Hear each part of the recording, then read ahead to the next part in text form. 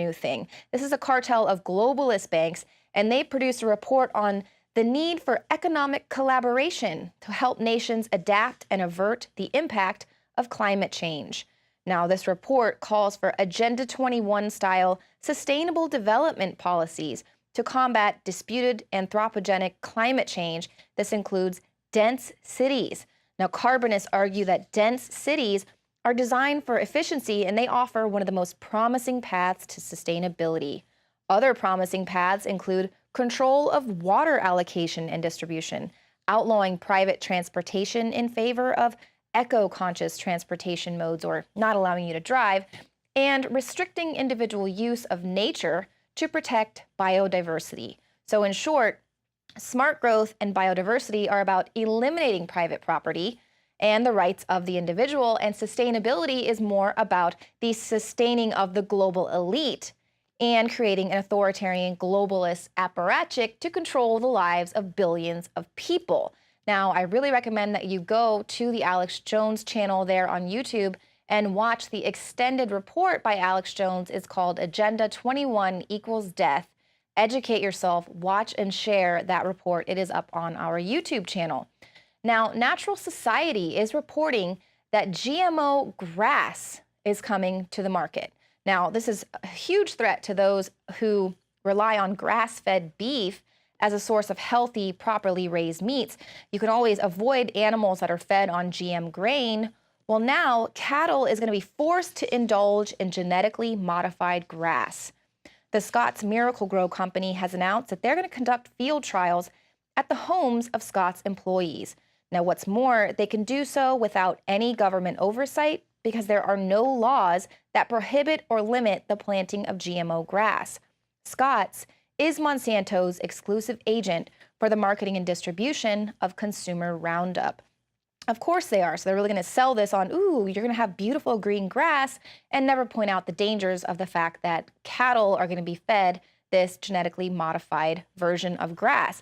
Now, there is a petition linked within that article. It is up at INFOWARS.com, but there that petition will take you to companies to ask them to boycott this GM grass, as well as you can request for your grocery store to only carry certified GMO-free grass-fed beef.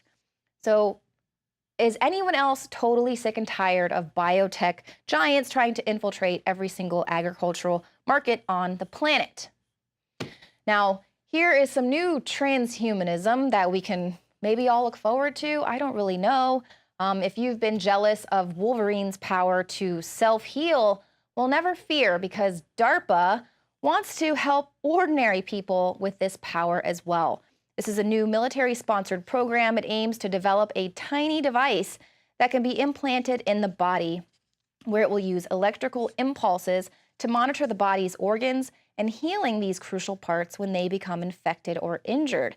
Now, according to DARPA, the program could reduce dependence on pharmaceutical drugs and offer a new way to treat illnesses. It could also lead to the development of implants that help treat brain and mental health disorders, such as epilepsy, traumatic brain injury, and depression.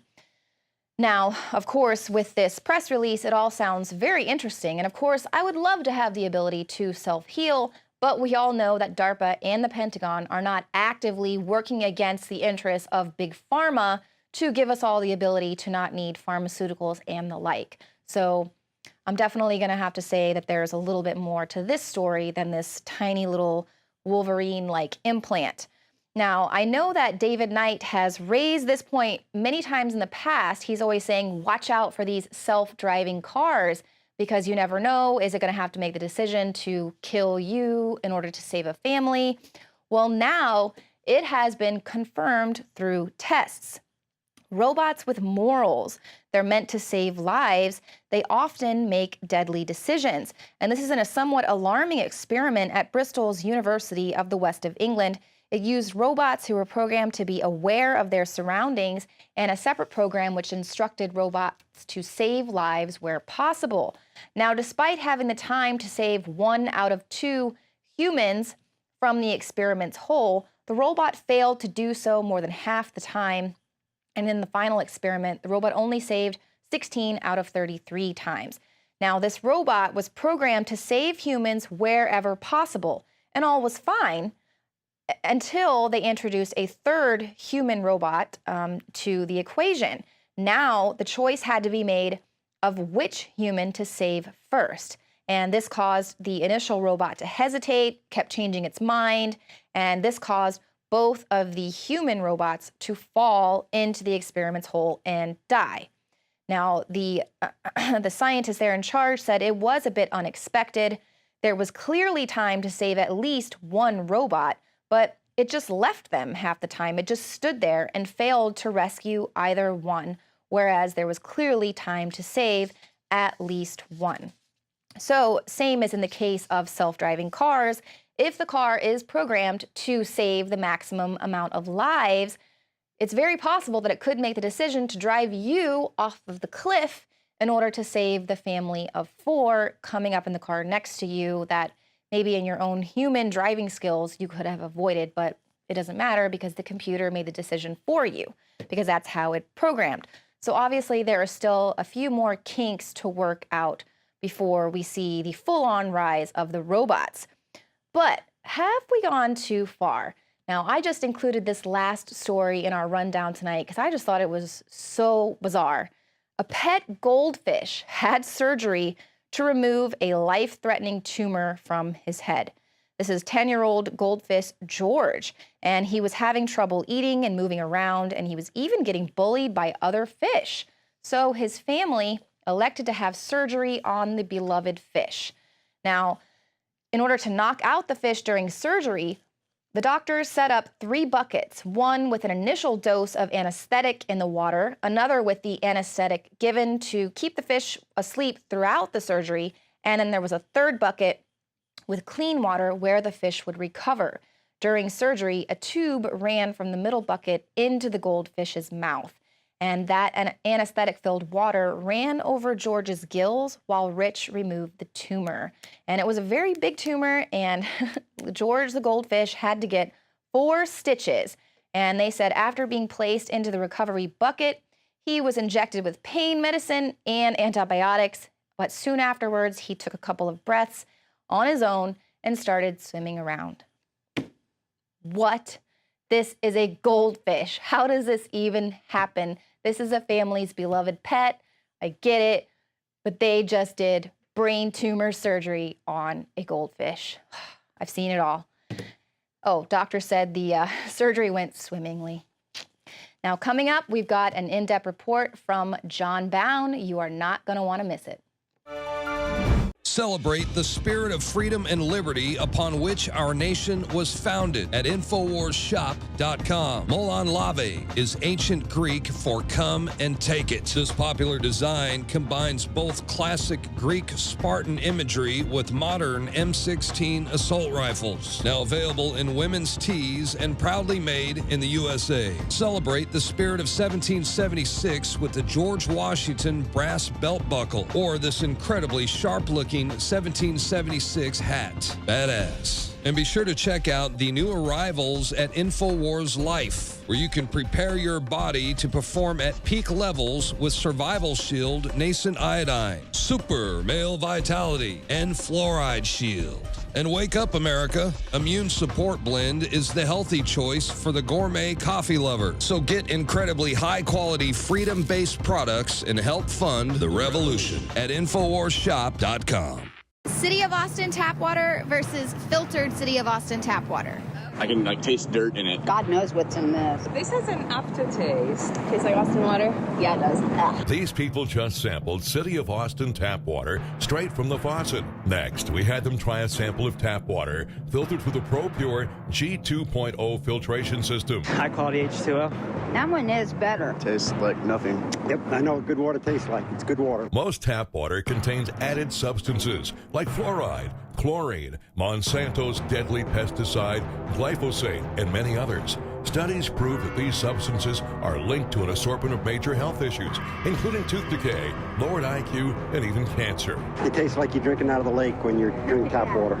It has that processed flavor to it. The Pro Pure G2.0 filtration system removes these deadly substances and many more, leaving only fresh-tasting, deliciously clean water. Okay, this is very tasty. It's good water. Refreshing. It's good. Go to InfoWarsStore.com today. Use promo code WATER and save 10% off your Pro Pure purchase. Again, that's InfoWarsStore.com or call 1-888-253-3139.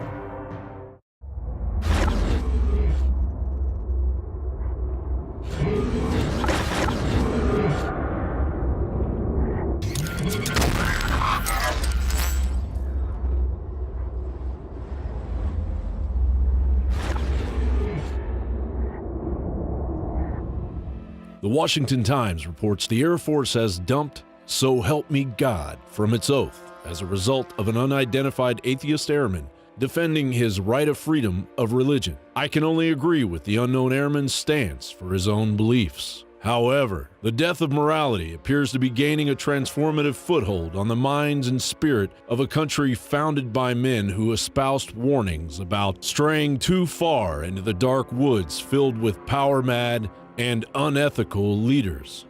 The only foundation of a free constitution is pure virtue.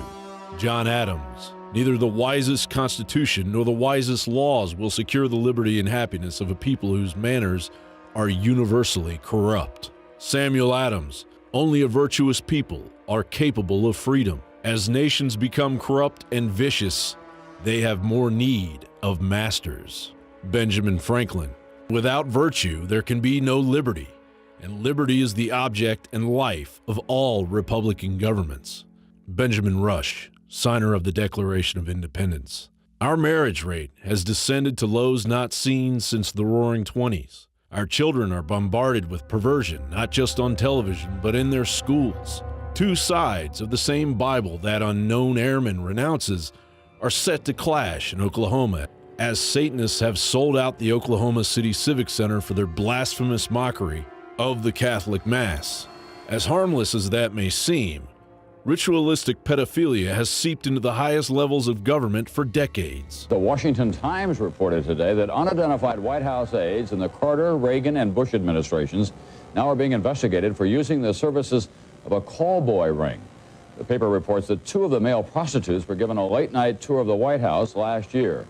Take a look at this, for instance, the National Security Agency, the National Reconnaissance Office, and the very secretive Defense Advanced Research Projects Agency. Others also worked on actual military installations, including Edwards Air Force Base in California and also the California-based Naval Air Warfare Center. Whether it's the Presidio daycare scandal. This is the Temple of Set. The temple is the only international satanic religious institution fully recognized by the United States government.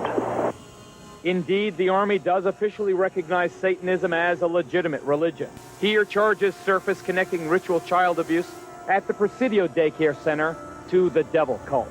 It was here, parents and others allege, that as many as 60 young children were ritualistically abused by soldiers of Satan. What actually was done to the kids? Oral copulation, sodomy, defecation, they were urinated on. The continuing DynCorp operations. Here's how they explained it. The DynCorp workers had, quote, hired a teenage boy to perform a tribal dance at a company farewell party. No, that's not what happened. They hired a boy to do the tribal practice of having sex with him. The most abnormal and unethical people are running the whole show. So to that unknown airman out there in Nevada and what remains of American ethics for your children and your future, from Christian author C.S. Lewis. We regard God as an airman regards his parachute. It's there for emergencies, but he hopes he'll never have to use it. John Bound for INFOWARS.com. Well, that's it for this Friday edition of the InfoWars Nightly News. If you're watching us on YouTube, head on over to prisonplanet.tv and become a subscriber. You can have instant access to The Alex Jones Show, as well as all of our special reports, the rants, the ebooks. There's About 18 years of content, a lot of which is not even on the internet. You can't find it anywhere but Prison Planet TV. And as always, you can share your username and password with 11 people at the same time, and you support this operation. Thanks for joining the show tonight. We'll see you Monday, 7 p.m. Central.